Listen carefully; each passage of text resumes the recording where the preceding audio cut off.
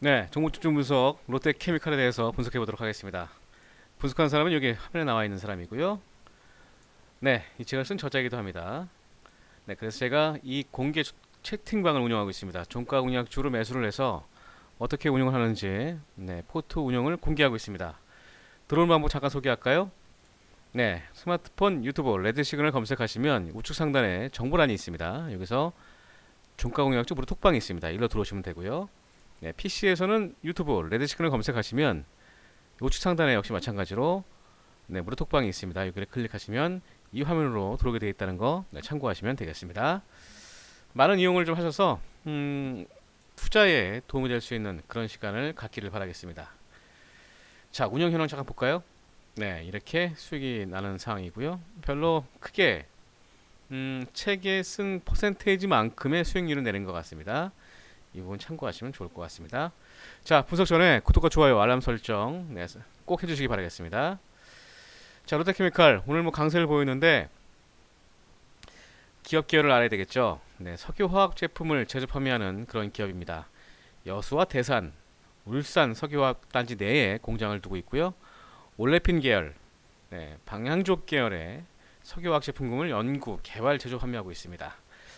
자, 2020년도에 1월 롯데 첨단 소재를 흡수합병했고 울산 IPA 아이소프로필 알코올이라고 해서 손소독제 원료입니다. 증설을 했고 현대 오일뱅크와 합작 신규 사업을 하면서 각 공장의 증설에 투자를 진행하고 있다라고 보시면 되겠습니다. 자, 이젠 좀 어려운 용어들을 좀 설명을 드려야 될 것 같은데 먼저 올레핀 계열이라고 하는 거를 좀 알아야 되겠죠. 이 올레핀이라고 하면 이 천연가스나 그 원유 정제 과정에서 생산되는 이 불포화 탄화수소를 얘기하는데 플라스틱 합성 섬유 이런 합성 고무의 소재로 쓰이고 있습니다. 그래서 석유화학의 화학 산업의 쌀이라고 표현을 많이 하는데 이렇게 좀 이해를 하시면 되겠고요.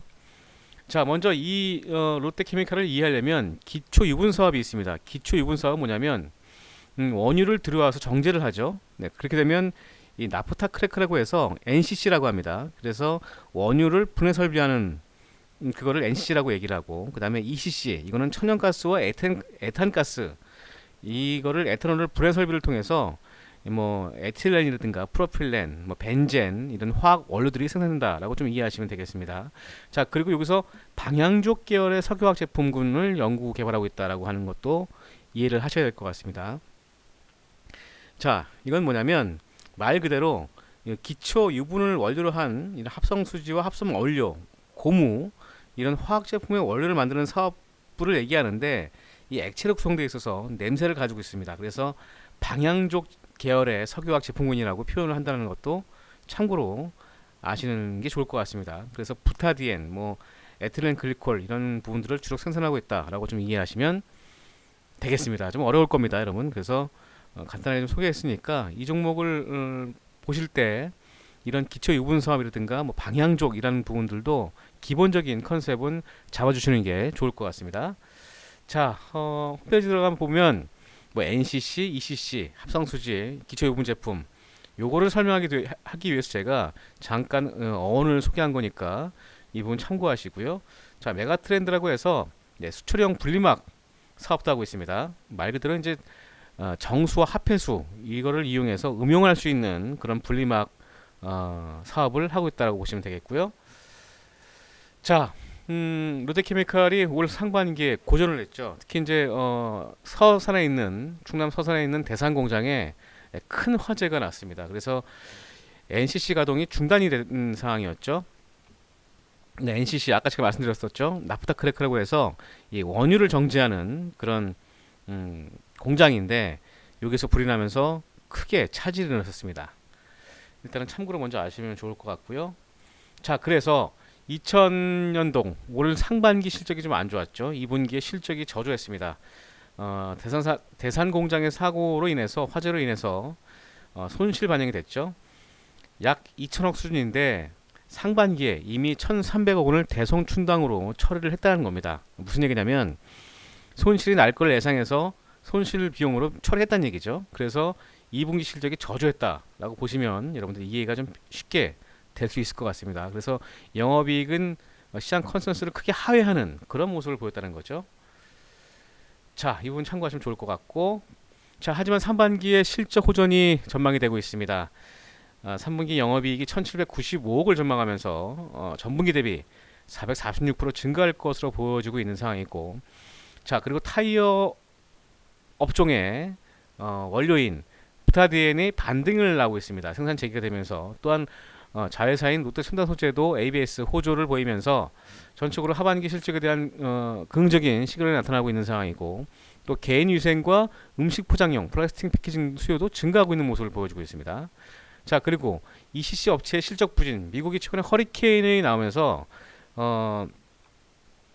중장기적으로 지금 그 예정된 ECC 증설이 좀 둔화되고 있는 모습을 보여주고 있는 상황입니다.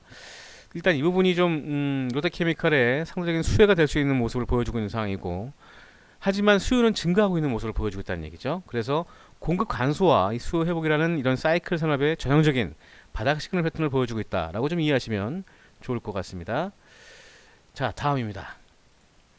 네, 대산 NEC 가동이 올 하반기에는 가능할 것으로 전망이 되고 있는 상황입니다. 회사 측에서도 연내 재가동이 될 것으로 전망되면서 이 코로나19로 인한 이런 그 배달 음식, 이런 폴리에틸렌 포장재 수요가 견조하게 늘어날 것으로 기대가 되면서 공장 가동에 따른 수혜가 될 것으로 전망이 되고 있는 상황이고, 자, 특히 고밀도 폴리에틸렌, 여러분들 그 우유 그 팩을 보면 여러분들 그 플라스틱 병 있죠? 약간 일반 폴리에틸렌 같은 게 아니라 약간 좀 경화가 좀 많은 그런 우유병이 고밀도 폴리에틸렌으로 적용되는데, 이 원료가 4월달 저점으로 해서 8월 평균 818달러까지 올라가면서 약 16% 이상 상승을 했다는 겁니다. 자, 이 부분이 가장 큰 부분이라고 보시면 되겠습니다. 그래서 최근에 주가 흐름은 다 이유가 있는 그런 상승을 보여주고 있다라고 좀 이해하시면 좋을 것 같습니다. 자, 그리고 롯데케미칼이 수소 관련주로 인지를 좀 해야 될 것 같은데, 이 최근 5년간의 수소 저장 탱크 제작을 위한 연구 개발을 진행 중이었습니다. 수소 탱크는 수소 전기차의 핵심 부품이죠. 이 수소 탱크의 수소를 연료전지 스택에 보내서 이 공기 중의 산소와 결합할 때 발생되는 전기를 이용해서 모터를 구동하는 그런 역할을 하는데, 이 수소 탱크는 초경량 이 복합 소재로 개발이 되면서 대량 생산 시에는 생산율을 높을 것으로 기대가 되고 있는 상황이고, 자, 그리고 현대 오일뱅크와 현대 케미칼을 합작회사를 설립을 했습니다. 지분 40%를 롯데케미칼이 보유하는 걸로 지금 서로 합작회사를 만들었는데, 수소 충전소를 건립을 할 것으로 전망되고 있죠. 특히 이제 이 현대케미칼이 주로 하는 이유는 뭐냐면, 현대케미칼이 그 타랑 설비, 이런 정유 공장의 고도화 설비에서 이제 그 필요로 하는 수소가 발생됩니다. 그래서 이 수소의 어떤 여분을 늘리면서 연산 30만 톤으로 늘리면서 이중 약 그 많은 부분을 수소 충전소에 판매할 방침으로 예정되어 있습니다. 그래서 이 수소 충전소 관련돼서 높은 그 성장성이 좀 부각되고 있는 그런 모습도 함께 보여주고 있다라고 좀 인지하시면 좋을 것 같습니다. 자, 그래서 올해 실적 한번 볼까요? 밸류에이션 분석해봐야 되겠죠. 자, 현재 증권사 하우스 비율은 타켓 프라이스를 22만원 잡고 있습니다. 하지만 2년 평균 PBR 올해 빼고 최근 2018년과 2019년 밸류에이션 적용했을 때 PBR 0.66 빼고요. 그래서 2020년과 2021년을 적용했을 때 25만 5천원에서 26만 5천원대의 밸류에이션 산정이 가능하다라고 좀 판단하시면 좋을 것 같습니다.